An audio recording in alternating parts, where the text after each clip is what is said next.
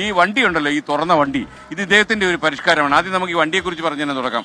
അപ്പോൾ എനിക്കൊന്ന് ഗണേശ് ഒരു വണ്ടി ഭ്രാന്തനാണെന്ന് എനിക്കറിയാം, വണ്ടികളോട് വലിയ ഭ്രമമുള്ള ആളാണ്. അപ്പോൾ ഇങ്ങനെയുള്ള ചില പരിഷ്കാരങ്ങൾ ഒരുപക്ഷെ ആളുകളെ ഭയങ്കരമായിട്ട് ഈ വണ്ടി ഇമ്പ്രസ് ചെയ്യുന്നുണ്ട്. തീർച്ചയായിട്ടും അത് ജനങ്ങൾക്ക് ഒരു വലിയ ഒരു ടൂറിസം രംഗത്ത് തിരുവനന്തപുരത്ത് വലിയൊരു അട്രാക്ഷനാണ്.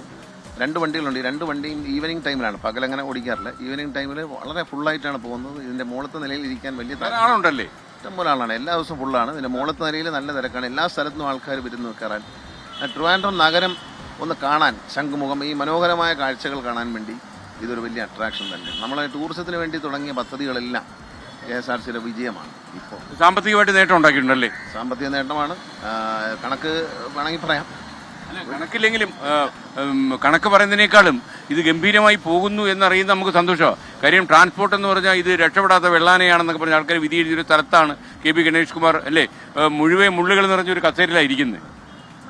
സൂക്ഷിച്ചില്ലെങ്കിൽ ബുദ്ധിമുട്ടുണ്ടാവും. ഇത് വളരെ ലാഭമാണ്, വളരെ ലാഭമാണ്. അതുപോലെ നമ്മുടെ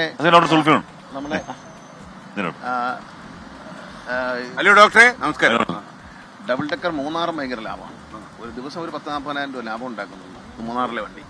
എല്ലാ ദിവസവും ഫുള്ളാണ്. മഴയത്തും നല്ല ഫുള്ളാണ്. മഴയത്തും നല്ല കാഴ്ചയാണ്. പക്ഷേ ഈ തുറന്ന വണ്ടിയിലൊക്കെ പോകാൻ ആൾക്കാരുണ്ടല്ലേ? അല്ല, മഴയത്ത് അതെനിക്കൊന്നും തുറന്ന വണ്ടിയല്ലല്ലോ. അത് തുറന്ന വണ്ടിയല്ല. ഇതില് മഴയത്ത് പോകാൻ പ്രയാസമാണ്. മഴയില്ലാത്തതുകൊണ്ട് ഇപ്പൊ ഒരു മാസം വളരെ വീക്കാണ്. കാരണം ഈ പരീക്ഷകൾ നടക്കുന്നു, റംസാൻ വ്രതം നടക്കുകയാണ്. അപ്പൊ അതുകൊണ്ട് നമുക്ക് കളക്ഷൻ KSRTC മൊത്തത്തിൽ കുഴപ്പമാണ്. കേരളത്തിലെമ്പാടും മൊത്തത്തിൽ കളക്ഷൻ കുറവാണ്, നല്ല ടൈറ്റാണ്. പക്ഷേ എന്നാലും ഈ ടൂറിസം എല്ലായിടത്തും ഡള്ളാണ് ഈ ഒരു മാസം. അടുത്ത മാസം അവധിയാകുമ്പോഴേക്കും ശരിയാവും. വിജയൻ എന്തോ ഓർത്തു വെച്ചിട്ടുണ്ട് ഗണേഷ്? അല്ല, ഇത് നമ്മളുടെ യാത്ര മുന്നോട്ട് വയ്ക്കുന്ന ഒരു സന്ദേശം അക്രമവും ലഹരിയും ഒന്നും ഇല്ലാത്ത ഒരു കേരളം എന്നുള്ളതാണ്. അപ്പോൾ ഇതിലിപ്പോ നിയമസഭയിലോ അടിയന്തര പ്രമേയം വന്നു. അതിനുശേഷം കോളേജ് ക്യാമ്പസുകളിലെ ഹോസ്റ്റലുകളിൽ നിന്ന് പോലും ഈ മയക്കുമരുന്ന് കഞ്ചാവൊക്കെ പിടിക്കുന്ന സാഹചര്യം ഉണ്ടായി.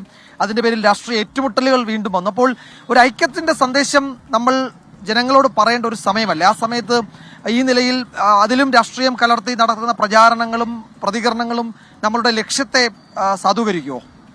തീർച്ചയായിട്ടും. ആദ്യമായിട്ട് ഞാൻ SKN40 എന്ന പ്രോഗ്രാം ആദ്യമായിട്ട് ശ്രീകണ്ഠൻ ചേട്ടനെ ഇത്രയും വർഷങ്ങളിടയിൽ 40 വർഷത്തെ മീഡിയ പ്രവർത്തനത്തിൽ അദ്ദേഹം ഒരു പുതിയ ഒരു യാത്ര നടത്തുമ്പോൾ അതിൽ പ്രധാനമായൊരു വിഷയം, കേരളത്തിലെ ഏറ്റവും പ്രസക്തമായൊരു വിഷയം എടുത്ത് കൈകാര്യം ചെയ്തതിൽ ഞാൻ അഭിനന്ദിക്കുകയാണ് നിങ്ങളെ. കാരണം വെച്ചാൽ നമ്മളല്പം വൈകിപ്പോയോ എന്ന് സംശയമുണ്ട്. ഈ ഹോസ്റ്റലുകളിൽ നിന്നൊക്കെ പിടിച്ചു മയക്കുമരുന്ന് പറയുന്നുണ്ട്. ഇത് ആ ഹോസ്റ്റലിൽ മാത്രമല്ല, പല ഹോസ്റ്റലിലും ഉണ്ട്. ഇത് തുടങ്ങിയിട്ട് കുറേ നാളായി. ഇതിൽ രാഷ്ട്രീയമല്ല, ഇതിൽ രാഷ്ട്രീയം കലർത്തുന്നവരുടെ ലക്ഷ്യം എന്ന് പറഞ്ഞാൽ ഇതിനെ അതിൻ്റെ വിജയകുമാർ പറഞ്ഞ പോലെ അതിൻ്റെ ലക്ഷ്യത്തിൽ നിന്ന്, അതിൻ്റെ നന്മയുടെ ഒരു ലക്ഷ്യത്തിൽ നിന്ന് വഴിതിരിച്ചു വിടാനുള്ള ഒരു ദുഷ്ടലാക്കുണ്ടോ നമ്മൾ സംശയിക്കേണ്ടിയിരിക്കുകയാണ്. ഇതിൽ രാഷ്ട്രീയമില്ല, അതിൽ കുറ്റവാളികളെ പിടിക്കുക എന്നുള്ളതാണ്. മാത്രമല്ല, കേരള പോലീസ് വിചാരിച്ചാൽ, കേരളത്തിലെ എക്സൈസും പോലീസും ഒരുമിച്ച് വിചാരിച്ചാൽ, കേരളത്തിലെ ജനങ്ങൾ ഒന്നിച്ച് വിചാരിച്ചാൽ ഇതിനെ ഉന്മൂലനം ചെയ്യാൻ കഴിയും എന്ന് വിശ്വസിക്കുന്ന ആളാണ് ഞാൻ. എൻ്റെ നിയോജകമണ്ഡലത്തിൽ പണ്ട് ഇത് മയക്കുമരുന്നും ഉണ്ടായിരുന്നു. ആദ്യം കഞ്ചാവിൻ്റെ കച്ചവടമൊക്കെ ഉണ്ട്. ഉന്മൂലനം ചെയ്യാൻ അന്ന് പോലീസിനും എക്സൈസിനും അവിടെ കഴിഞ്ഞിട്ടുണ്ട്. ജനങ്ങളുടെ ബോധവൽക്കരണം, ജനങ്ങൾ അതിന് കൂട്ടുനിൽക്കുകയും ചെയ്തു. എവിടെ ഇൻഫർമേഷൻ ഉണ്ടെങ്കിൽ ഉടൻ രഹസ്യമായി അറിയിക്കാനുള്ള സംവിധാനങ്ങൾ ഉണർന്ന് പ്രവർത്തിച്ചു. ഇടക്കാലത്ത് പക്ഷേ അത് മൊത്തത്തിൽ കേരളത്തിൽ ഇതങ്ങ് വന്നു കയറുകയും വല്ലാത്ത ഒരു അപകടം. അതുകൊണ്ട് ഞാൻ പറഞ്ഞു, വൈകിപ്പോയോ എന്ന് നമ്മൾ സംശയിക്കേണ്ടിയിരിക്കും. ഏതായാലും ഈ ഒരു തുടക്കം വളരെ നല്ലതാണ്. നമ്മൾ ഒന്നിച്ച് നിൽക്കണം. ഇതിൽ രാഷ്ട്രീയം വേണ്ട. ഇത് നമ്മുടെ മക്കളും നമ്മുടെ തലമുറകളും ബാധിക്കുന്നൊരു അപകടകരമായ ഒരു സാഹചര്യമാണ്. മാത്രമല്ല, ഇവിടെ പിടിക്കുന്ന മാത്രമല്ല, ഇപ്പോഴേ പിടിച്ചു തുടങ്ങി. കാരണം ഹോസ്റ്റലിൽ കയറിയാൽ 2 കിലോ കഞ്ചാവ് എടുത്താൽ അവിടെ വെച്ച് അവസാനിക്കും. ഇപ്പം അത് കൊടുത്തതാരാണെന്ന് ചോദിക്കാൻ തുടങ്ങി. നമ്മൾ പലപ്പോഴും 1 കിലോ കഞ്ചാവിൽ കൂടുതലുണ്ടെങ്കിൽ റിമാൻഡ് ചെയ്യും. അതിൽ താഴെയാണെങ്കിൽ അപ്പോഴേ വൈകിട്ട് വീട്ടിൽ പോകാം. ഇതാണ് നിയമം. പക്ഷെ ആ നിയമം വെച്ചുകൊണ്ട് ആരാണ് നിനക്കിത് തന്നത്, എവിടെ നിന്നാണ് നീ ഇത് കൊണ്ടുവന്നതെന്ന് ആരും ചോദിച്ചില്ല. ഇപ്പോൾ കേരള പോലീസ് അത് ചോദിക്കാൻ തുടങ്ങിയിരിക്കുന്നു. അന്യ സംസ്ഥാനങ്ങളിലേക്ക് പോകാൻ തുടങ്ങിയിരിക്കുന്നു. പിന്നെ ജനങ്ങൾ രണ്ട് ഭീകരന്മാരെ ഗണേശൻ, നമ്മൾ 40 വർഷത്തിലെ വെയിലടിക്കേരി കൊണ്ടുവന്ന, അതായത് 2 ഭീകരന്മാരെയൊക്കെ അവര് നമ്മുടെ പോലീസ് പോയി പിടിച്ചുകൊണ്ട് വന്നല്ലോ. അതൊക്കെ വളരെ നന്നായി. ഇത് മാത്രമല്ല, മറ്റ് സംസ്ഥാനങ്ങൾ ഇതിനേക്കാളും വലിയ മയക്കുമരുന്ന് രാജാക്കന്മാരുണ്ട്. നമുക്ക് തൊടാൻ പറ്റാത്ത സാമ്പത്തിക ശേഷിയുള്ള ആളുകൾ കാണും. അവരെ കൊണ്ടുവരണം. അവരെ കൊണ്ടുവരുമ്പോൾ മാത്രമേ ഒരു പാഠം പഠിക്കുകയുള്ളൂ. ഏത് വലിയവനാണെങ്കിലും കേരള പോലീസ് പിടിച്ചുകൊണ്ട് വരും, നിയമത്തിന് മുമ്പിൽ കൊണ്ടുവരും എന്ന ചിന്ത കേരളത്തിൽ ഈ കളി കളിക്കുന്ന അപകടമാണെന്ന് നമ്മൾ തോന്നിപ്പിച്ചില്ലെങ്കിൽ വളരെ ഡേഞ്ചറസ് ആയിരിക്കും. ഇതിൻ്റെ ഉറവിടത്തിൽ പോവുകയും. സിനിമയ്ക്ക് പൈറസി ഉണ്ടായിരുന്നു. ഇന്നത് അവസാനിപ്പിക്കാൻ കഴിഞ്ഞതിൻ്റെ കാരണം എന്ന് പറയുന്നത് 2011 ഞാൻ എടുത്തൊരു നിലപാടാണ്. പോലീസ് കർണാടകത്തിൽ വരെ പോയി പൈറസി ഉണ്ടാക്കുന്ന തിയേറ്റർ ഉടമകളെ അറസ്റ്റ് ചെയ്തുകൊണ്ട്. അന്ന് പോലീസിനെതിരെ വലിയ വിവാദങ്ങളൊക്കെ ഉണ്ടായെങ്കിലും അത് പോലീസിനെ അതിനകത്ത് പ്രൊട്ടക്ഷൻ കൊടുക്കുകയും അവരെ സംരക്ഷിക്കുകയും ചെയ്തപ്പോൾ അത് അവസാനിപ്പിക്കാൻ കഴിഞ്ഞു. കേരളത്തിലെ പൈറസി സെല്ല് ഒരു പക്ഷേ ഇന്ത്യയിൽ തന്നെ സിനിമയ്ക്ക് പൈറസി സെല്ലുള്ള ഒരു സ്ഥലം കേരളമായിരുന്നു. അത് അവർക്ക് അവരുടെ പ്രവർത്തനം കൊണ്ട് ഇതിനെ ഒരു പരിധി വരെ ഏതാണ്ട് 90-95% അവസാനിപ്പിക്കാൻ കഴിഞ്ഞു എന്നുള്ളത് വലിയൊരു നേട്ടം തന്നെയാണ്. അതുപോലെ നമുക്ക് കഴിയും. മുഖ്യമന്ത്രി ശക്തമായ നിലപാടെടുത്ത് മുന്നിൽ നിൽക്കുകയാണെങ്കിൽ തീർച്ചയായിട്ടും രാഷ്ട്രീയം നോക്കാതെ ഇതിനെ നമ്മൾ നേരിടണം. മീഡിയ 24 ഇതുപോലെ ഒരു വലിയൊരു ഡ്രൈവിന് വേണ്ടി ഇറങ്ങുകയാണ്. 30 ദിവസം നീണ്ടു നിൽക്കുന്ന ഒരു ഡ്രൈവിലും പ്രധാന സബ്ജക്റ്റ് നാടിൻ്റെ കാഴ്ചകളാണെന്നോടൊപ്പം. അതല്ല ഗണേഷ് കുമാർ, ഇന്നലെ നമ്മൾ മുഖ്യമന്ത്രിയോട് സംസാരിച്ച ലൈവായിട്ട് ഗണേശൻ കണ്ടോന്നറിയില്ല, ലൈവായിട്ട് തന്നെയാണ് പോയത്.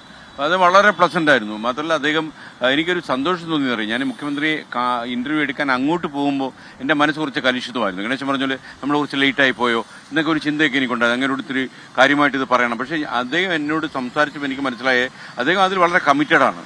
അദ്ദേഹം ഒരാളെയും അനുവദിക്കില്ല ഇടപെടാനെന്ന് അദ്ദേഹം പറഞ്ഞിട്ടുണ്ട്. മാത്രമല്ല അദ്ദേഹം പറഞ്ഞ ഈ യാത്ര കഴിഞ്ഞ് നിങ്ങൾ തയ്യാറാക്കുന്ന ഒരു റിപ്പോർട്ട് തയ്യാറാക്കുന്നത് പ്രൊഫഷണലി സയന്റിഫിക്കലി ഒരു സ്റ്റഡി നമ്മൾ നടത്തും. ആ ഡോക്ടറെ പോലെയൊക്കെയുള്ള വിദഗ്ധന്മാരുമായിട്ടൊക്കെ സംസാരിച്ച് ഇതിനുള്ള പോംവഴികൾ പോലും നമ്മൾ ചിലപ്പോൾ അതിൽ ഉൾപ്പെടുത്തും. അപ്പം നമ്മുടെ റിസർച്ച് ടീം നമ്മളെ ഫോളോ ചെയ്യുന്നുണ്ട്.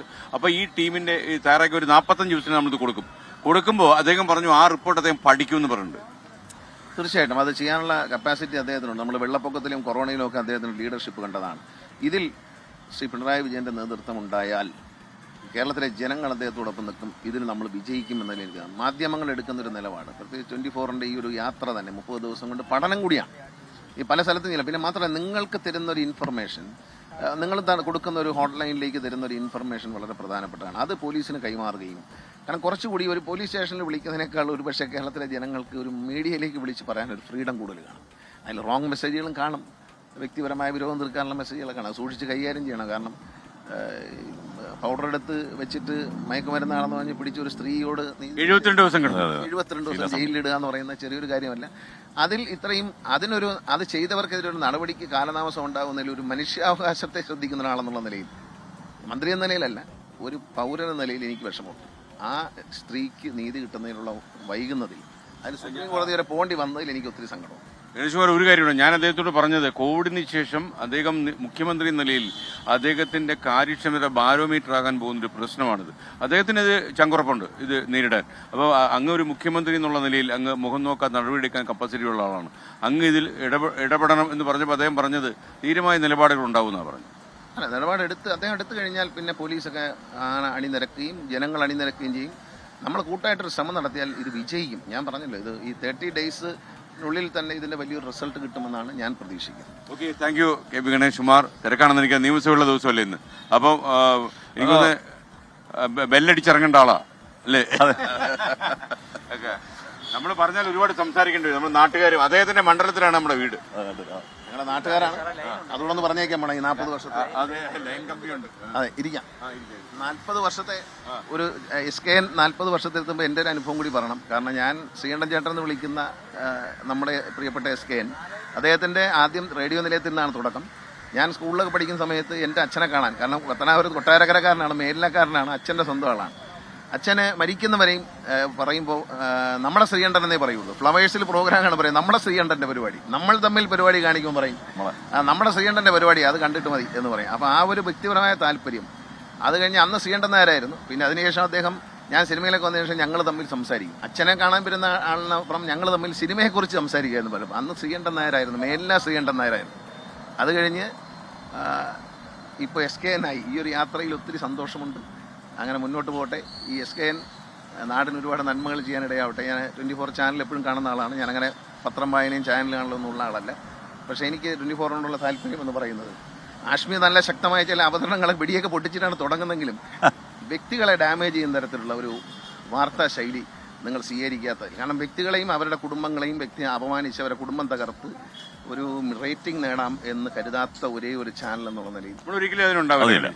ആ ഒരു നിലപാട്, അതിലൂടെ ഒരു ചാനൽ റേറ്റിംഗ് നമുക്ക് വേണ്ട, അങ്ങനെയൊന്നും ചെയ്യാതെ ഒരു ചാനലിന് റേറ്റിംഗ് എത്തിക്കാൻ കഴിഞ്ഞു എന്നുള്ളതിൽ SKNയും അദ്ദേഹത്തോടൊപ്പം പറഞ്ഞ വിജയകുമാറായാലും ആഷ്മിയായാലും നിങ്ങളെ ഞാൻ അഭിനന്ദിക്കുകയാണ്. വ്യക്തിഹത്യ ചെയ്തുകൊണ്ട് കുടുംബങ്ങളെ തകർത്തുകൊണ്ടും തൻ്റെ ചാനലിന് മീഡിയ റേറ്റിംഗ് ഉണ്ടാക്കാമെന്ന് കരുതിയവരെല്ലാം കേരളത്തിൽ തകർന്നു പോയ ചരിത്രമാണ്. പക്ഷെ അത് സ്വീകരിക്കാതെ നിങ്ങൾ വിജയിച്ചു എന്ന് പറയുന്നത് കേരള ജനതയ്ക്ക് വളരെ അത്ഭുതം പകരുന്നു. Thank you K P Ganesh Kumar. Thank you. ഗതാഗത വകുപ്പ് മന്ത്രി ഇത്രയും നേരം ചെലവഴിച്ചു. ഇനി നിയമസഭയിലേക്ക് പോകണം. ഓക്കെ.